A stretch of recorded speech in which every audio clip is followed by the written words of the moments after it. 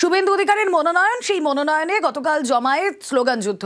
গতকাল দফায় দফায় উত্তেজনা, এবার মামলা কালীঘাট থানায়।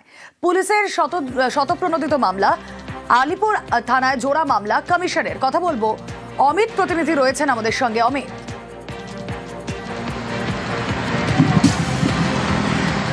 দেখো, গতকাল শুভেন্দু অধিকারীর যে মনোনয়নপত্র জমা দেওয়ার যে কর্মসূচি ছিল, সেই কর্মসূচি ঘিরে দুটি জায়গাতে, কালীঘাট থানা এলাকা, অন্যটি হচ্ছে আলিপুর থানা এলাকা, অর্থাৎ সার্ভে বিল্ডিং এর সামনে, অন্যটি হচ্ছে কালীঘাট থানা এলাকায় কালীঘাট মন্দির যাওয়ার যে রাস্তা, যে তরুণ রয়েছে কর্মসূচি এবং দুটি রাজনৈতিক দলের কর্মীদের মধ্যে বাংবি ঠান্ডা বেড়েছে।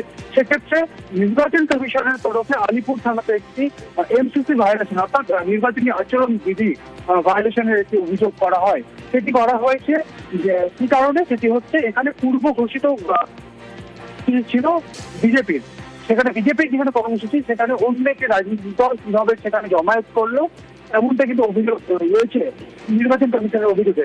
সেই অভিযোগের ভিত্তিতে আলিপুর থানাতে একটি মামলা রুজু করা হয়েছে পুলিশের তরফে। অন্য একটি মামলা আলিপুর থানাতেই পুলিশের তরফে সতর্কভাবে করার কারণে সার্ভে বিল্ডিং, যেখানে মনোনয়নপত্র জমা দেওয়ার কাজ চলছে, অর্থাৎ ইলেকশন নির্বাচন প্রক্রিয়ার সমস্ত কাজ চলছে, সেখানে রাজনৈতিক দলের কর্মী সমর্থকদের মধ্যে বাংবিতণ্ডা, একে অপরকে উদ্দেশ্য করে কটূক্তি, জুতো দেখানো, এই সমস্ত ঘটনা ঘটেছে।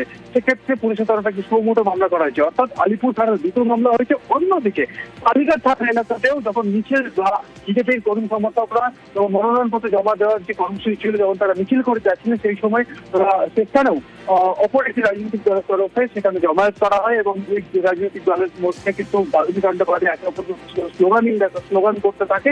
এই ঘটনাতে কালীঘাট থানাতে কলকাতা পুলিশের তরফে একটি শতপ্রণোদিত মামলা করা হয়েছে। এছাড়া পুলিশ সূত্র থেকে দাবি করা হচ্ছে দুই রাজনৈতিক দলের তরফে, একদিকে বিজেপি, অন্যদিকে তৃণমূল কংগ্রেসের তরফে একে অপরের বিরুদ্ধে একাধিক অভিযোগ কালীঘাট থানা এবং আলিপুর থানায় তারা জমা দিচ্ছেন। গতকালের ঝামেলা অশান্তিকে কেন্দ্র করে এই সমস্ত অভিযোগ কিন্তু খতিয়ে দেখা হচ্ছে। যদি ঝামেলা অশান্তিকে কেন্দ্র করে সেই সমস্ত অভিযোগ কিন্তু খতিয়ে দেখা হচ্ছে। যদি কগনিজেবল অফেন্স যদি সেই সমস্ত অভিযোগে থাকে, তাহলে পরবর্তী সময় সেই সমস্ত অভিযোগের ভিত্তিতেও এফআইআর করা হবে বা মামলা রুজু করা হবে, এমনটা কিন্তু লালবাজার তরফে জানানো হচ্ছে। ওকে।